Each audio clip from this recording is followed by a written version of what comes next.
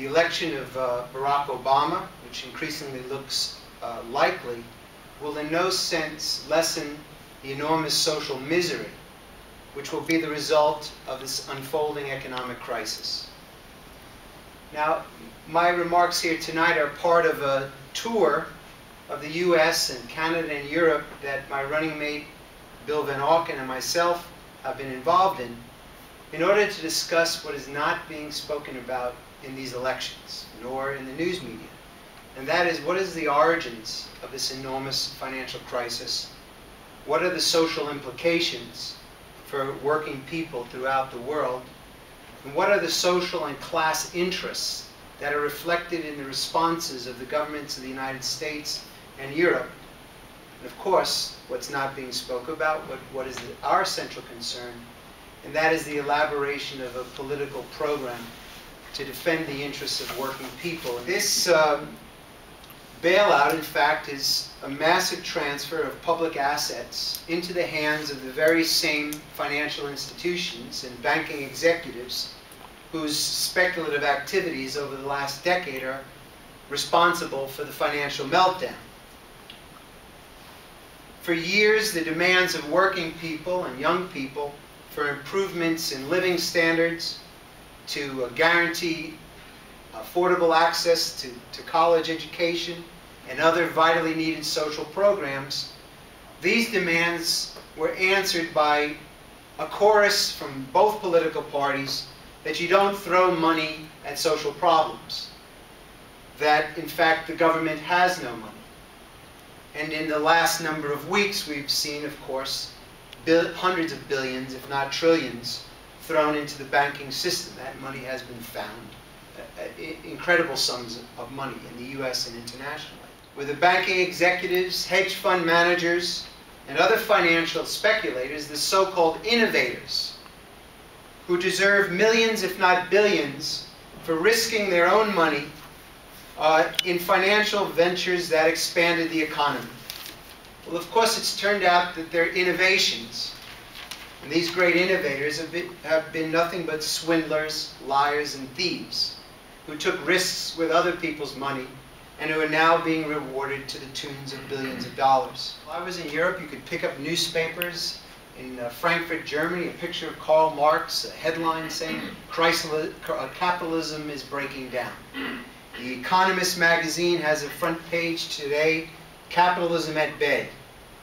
The mounting global crisis has exposed the claims of the infallibility of the market, and in fact has vindicated in the most powerful way the investigation, explanation, and program of the Marxist movement. And once again, a new generation of workers and students is being drawn to the works of Marxism and to seek a political alternative to the capitalist system. They revealed the laws governing the development of human society and explained that at each stage in the development of man's productive forces, his technological capacity, there was a corresponding set of social and political relations. At one point, these social relations gave an enormous impulse to the development of man's commerce, his productive capacity. At another point, these social relations became an absolute fetter, a block to mankind's development of mankind's productive capacity. And Marx and Engels explained that if the progressive class in society did not reorganize social relations on far higher levels corresponding to modern economic reality, in fact, all of society could face ruin. And Marxists have traditionally pointed to two fundamental contradictions. One is the contradiction between the social character of production, that is, that wealth is created socially in a process involving, in fact, billions of working people throughout the planet, yet the wealth created collectively is appropriated privately by the capitalist owners of the industries and of finance.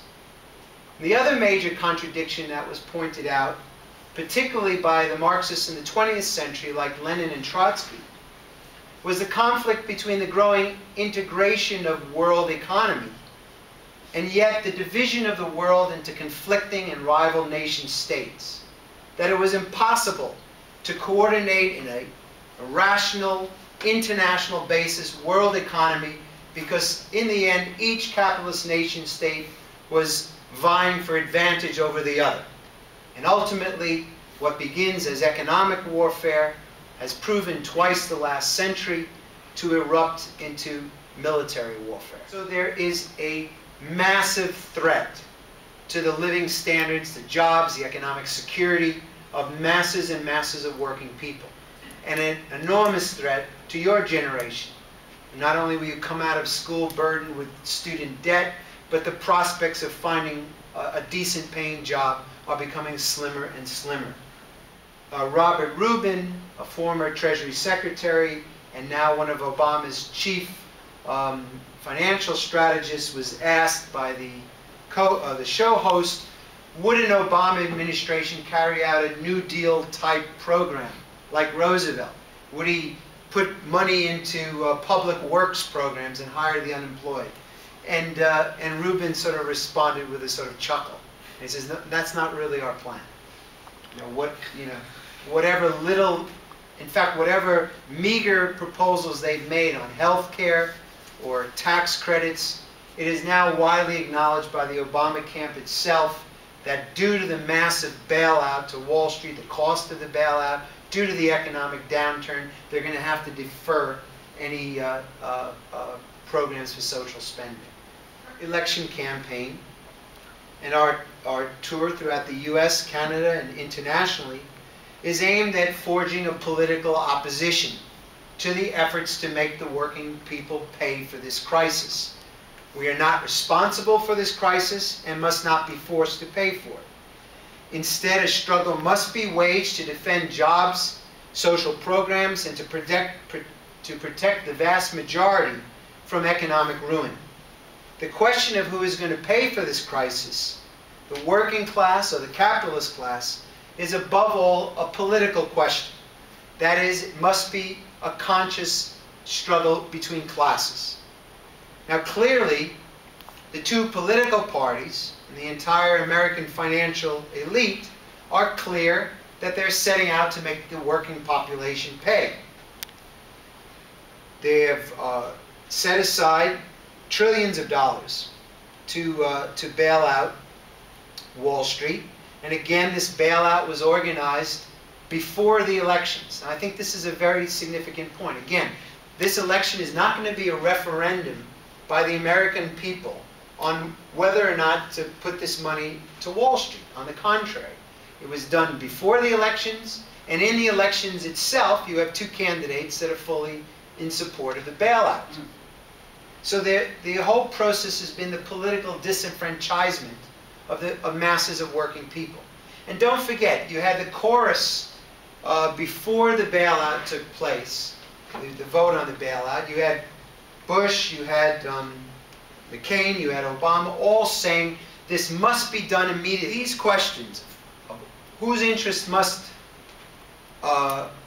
take priority, these above all are political questions.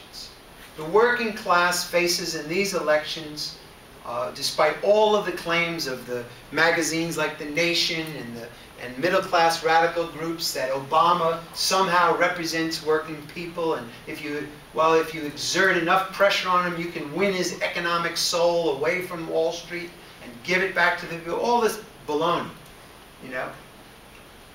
The working class has to build a political party so that it can assert its own class interests, so that it can advance a political solution to this crisis. Democratically controlled, they should be consolidated into a single financial institution. There should be no compensation paid to those who are responsible for the looting of society. And these resources should be allocated to meet human need. A vast public works program to rebuild the cities, to rebuild basic industry, to guarantee decent housing, health care, and education for all.